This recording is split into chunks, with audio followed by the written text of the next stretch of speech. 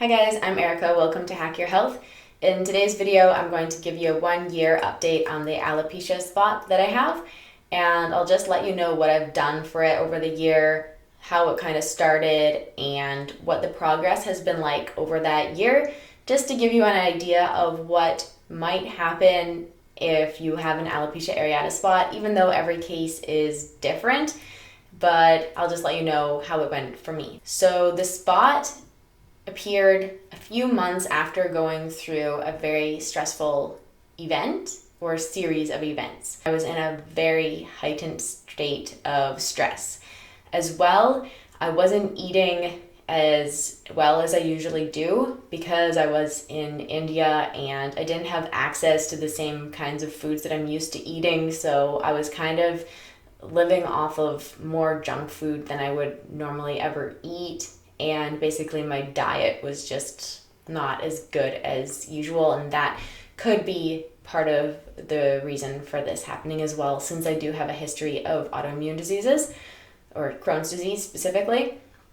So there were a number of factors that went into the situation and the high stress. So once I got home and things were getting a bit better, that is when my hair actually really started to fall out.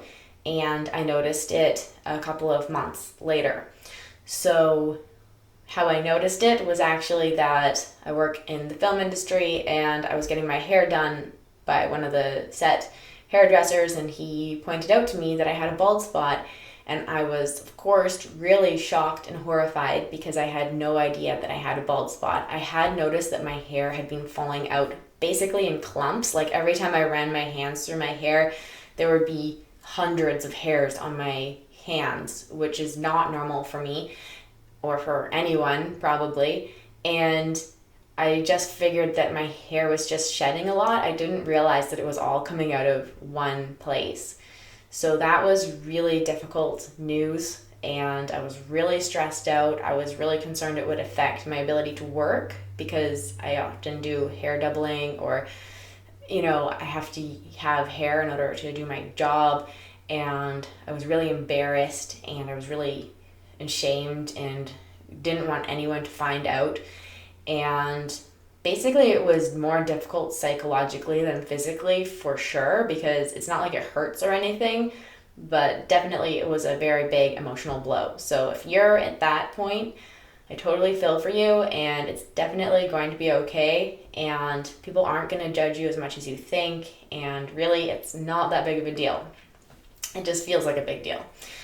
So at that point, that's when I made that essential oil for hair growth video, and I started using essential oils and castor oil mixed together on the spot, and that really helped calm down the skin. I have no idea what my hair would have done if I didn't use it, so I can't say, oh, it worked or it didn't work. I really don't know, but I do know that it calmed the skin a lot. It calmed me down a lot, so I would say that it definitely did help. And since it stimulates blood flow in the area, chances are that it does help in some way, but it definitely didn't make my hair grow back in like 2 weeks or anything. That did not happen. But I would still recommend using it because it did have positive results. They just weren't instant. So I also started to go to acupuncture because that was really helpful for getting my state of stress to go down, because at that point it had basically become a chronic heightened state of stress and I was having a really hard time calming myself down. And that helped a lot as well. They also put some needles in a circle around the spot, also to basically stimulate blood flow to the area and help calm and soothe the area. And I found that also that was really relaxing and made me feel a lot better.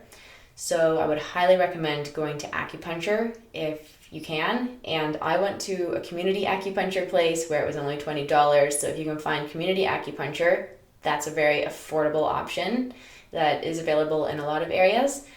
And I also started meditating more and eating better. I basically did the specific carbohydrate diet again, only without being quite as strict as I was when I did it for Crohn's disease. And I just basically started to take much better care of myself, both emotionally and physically, and look for ways that I could reduce my overall stress. So I would definitely recommend that, and I would definitely recommend looking into diet if you haven't already, either the specific carbohydrate diet or the autoimmune paleo diet. And people have good results for alopecia areata by doing those. So my hair continued to sort of still fall out to some extent, even for probably another month or two. So I didn't get any more spots, but the spot would get sort of a bit bigger very, very slowly for probably at least another month after I noticed it, but it wasn't falling out nearly as fast. And I did start doing the hair counting, and at that point I was, I think, counting usually to 70 hairs per day, 60 to 70, and it's gone down again since then, but now I don't count them anymore, but it's not like that. So hair counting is a pretty good way of keeping track of what's falling out, and that's where you just kind of brush your hair or run your hands through it and see what falls. It's not pretty, but it's a way of just keeping track of the progress of the spot. And I didn't get any other spots, so that's good news. And at first there were some spikes. So at first I thought my hair was growing back because there were some spiky hairs around the outside of the spot. But those hairs, in my case at least, did not grow into full hairs. They were just little spikes. And now I realize I think those are what people call exclamation point hairs. And that might be what those are. But anyways, those didn't grow into full hairs in my case, unfortunately. What happened was, over the next few months, let's say 4 months later or 5 months later, it started to grow in like peach fuzz. So it started to get peach fuzz, kind of like what's on your cheek at first, like just the finest, tiniest little white, soft hairs that you could barely see or notice. And then gradually they grew into more like baby hairs, but they were still white or blonde. And this whole time I was covering the spot with either makeup, like eye makeup or eyebrow powder, and once those tiny hairs started to grow in, I started to use Toppik because it sticks to the baby hairs and makes it look fuller. So I definitely recommend using Toppik if you haven't, and I'll leave it in the description box as well if you aren't sure what it is.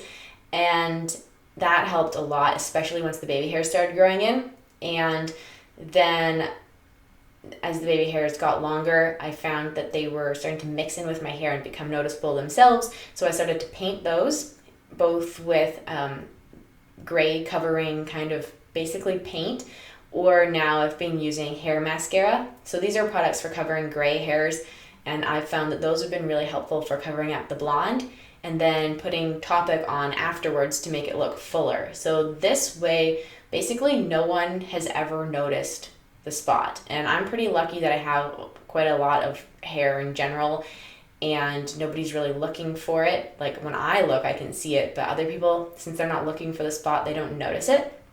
So even just covering it up with a color that's similar to your own hair is really useful, especially if you have dark hair. Like my hair's fairly dark, so the white skin just is like a beacon if I don't cover it. So I would recommend doing that just for your own kind of peace of mind if you're self-conscious about the spot. And by doing that, really, it hasn't been an issue. Even working on camera, which is what I do, it's been fine. So if that gives you any peace of mind, that's the case, and for me at least, is that it hasn't been very noticeable to people. So after, let's say, 4 or 5-ish months of just peach fuzz and me wondering if I was just going to have a patch of white hair for the rest of my life or something, the hair started to turn brown. So those strands, once they got to be 1 or 2 inches long, the bottom part started to grow in brown. So it seems like maybe it just needs to grow in like baby hair for a while, and then eventually it turns brown or whatever natural color it is. That's how it's been for me. So now, about a year later, it is mostly grown in. There's still one part that is not really grown in, and that was the part that fell out last. and it's just at the baby peach fuzz stage, and then other parts are at various phases of the blonde or blonde to brown regrowth phase. So at this point, the hair is a lot more present, and I'll just put an insert of what that looks like now so you can see it for yourself. And yeah, that's basically where I'm at with this alopecia areata spot, and it looks like it's just going to continue to grow in at this point. And for me, the hardest part has been sort of the self-consciousness or the anxiety, and after a while I realized that it wasn't really necessary, because even when I did tell people, nobody really cared or really thought it was that weird. They were just like, whatever, or they thought it was funny. So nobody has really been putting me down. It's only me that feels badly about it, which is likely to be the case for a lot of people. And I would just recommend talking to people about it who are going to be supportive of you, telling like your mom or your siblings or your friends, someone who really has your back and is going to make you feel better. I would recommend talking about it, but I would recommend also not talking too much with it if you're around a person that you think might try to make you feel bad if you're self-conscious. So really, you don't even need to tell people, and who cares if they notice or not. But just for your own peace of mind, it can be helpful to just talk to people about it or make a joke about it here and there, or, just to kind of ease your mind and make it feel more normal and comfortable to you. And eventually it will grow back. They almost always grow back. And in my case, I didn't go to the doctor or get treatment just because I've had really bad allergic reactions to immune suppressing drugs in the past, and I just felt like I would rather just wait for it to grow back and not complicate things. But of course there are medical options, just it's really a personal choice whether you're comfortable with them or feel like they're necessary. But acupuncture was definitely a great thing for calming down. And yeah, that's an update. I just thought I would let you know how it's all been going and what I've done and how long it's taken to grow back and stuff like that. And hopefully this is helpful to you. And if you just got a spot, just worry about it as the least you can, because it's okay and you're fine. And it doesn't mean that there's anything wrong with you. It might mean that there's some area for improvement in your life. Maybe you need to have less stress or something like that, and just, take it as almost like an opportunity to make some positive changes. That's what I would suggest. And thank you so much for watching. If you have any questions, comments, or video suggestions, or anything else you'd like to share, I'm always happy to hear those. And if you like this video, please press like. And if you want to see more of my videos, then please subscribe to my channel. And all the best to you, and I hope your hair grows back really fast if this is something that you're going through as well. Okay, thanks for watching. Bye.